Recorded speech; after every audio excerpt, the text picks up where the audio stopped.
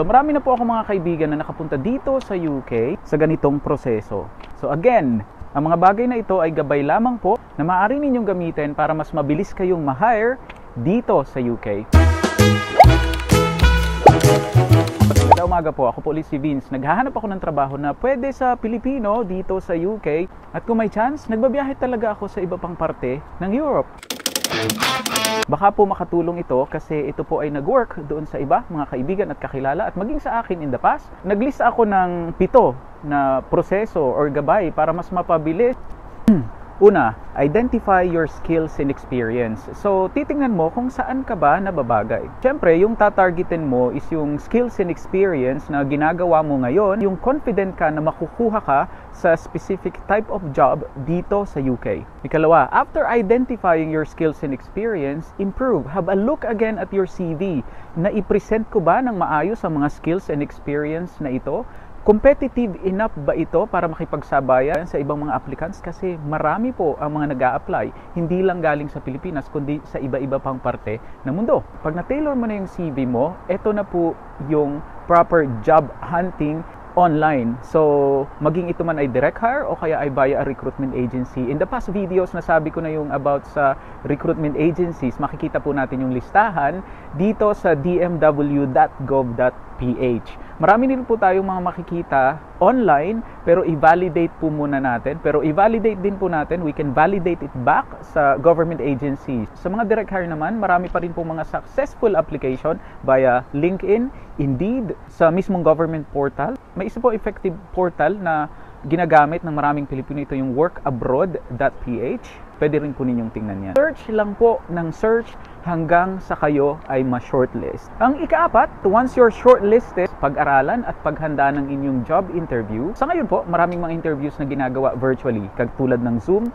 Kung minsan naman po ito ay ini-arrange ng agency na kapartner nila sa Pilipinas. But for direct hire, normally is a virtual interview. At number 5, dalawa po yung outcome nito. Kung hindi po kayo successful, huwag pang hinaan loob, do it again. Kung good news naman po, papasok kayo dun sa step 5. Hintayin po ninyo yung inyong job offer. Sa job offer po, nakadetalye ang remuneration at ang lahat po ng conditions ng job.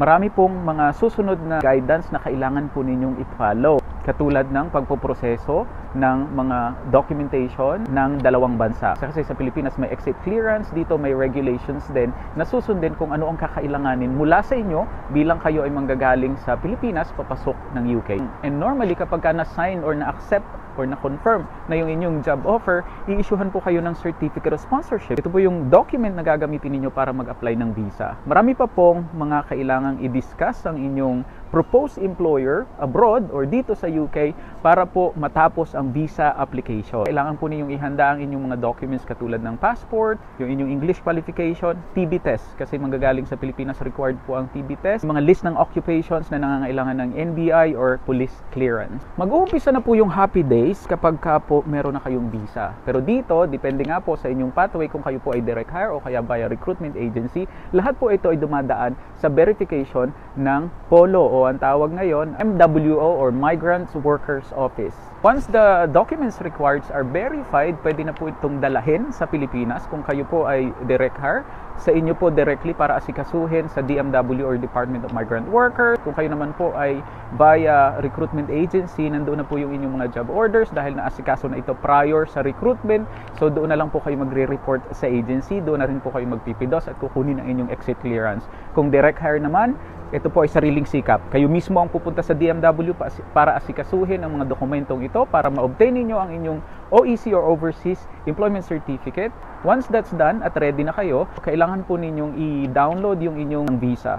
Ang visa po sa UK ngayon for work permit at iba pang type of visas ay digital na. So ibig sabihin, once you're approved, kailangan po ninyong i-download at kunin ito online via government website. Ito ay hindi pa po dito nagtatapos kasi yung step 7 mo is a little bit challenging. Depende kung may kakilala kayo. And of course, may guidance kayong makukuha sa either employer, kamag-anak, kaibigan, pagpunta ninyo dito sa UK. Dahil ang last step po is integrate in the UK. Pero doon sa mga first-timer, obviously, mag-a-adjust sila ng bahagya dito sa bagong bansa nila. Pero for sure, bilang OFW, kayang-kaya po ninyong maka-adjust kaagad dito sa UK. So yun, thank you at sa susunod na video ulit.